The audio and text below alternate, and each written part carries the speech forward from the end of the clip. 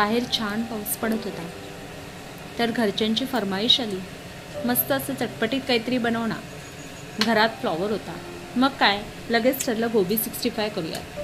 फ्लॉवरचे मध्यम आकाराचे तुकडे केले. ते मिठाच्या पाण्यात स्वच्छ धुतले. चाळणीत निथळत ठेवले. एका गॅसवर कढईत तेल तापत ठेवलं.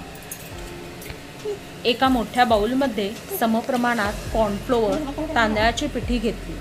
त्यामध्ये हिंग, हळद, तिखट, वाटून घेतलेली आलं मिरची लसूण पेस्ट टाकली. छोटा चमचा ओवा टाकला. एक मोठा चमचा दही टाकलं.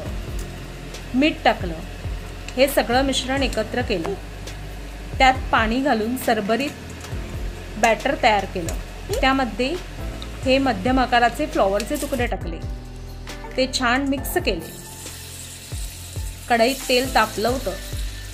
त्यात हे तुकडे छान गोल्डन होईपर्यंत फ्लॉवर मस्त तळून घेतला.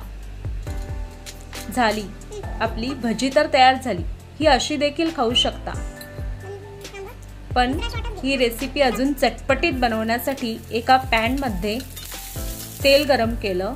त्यामध्ये बारीक चिरलेला लसूण, बारीक चिरलेली मिरची आणि कढीपत्ता टाकला. त्यामध्ये थोडीशी हिंग टाकली आणि त्यात हे तळून घेतलेली भजी टाकली आणि छान हलवून घेतली.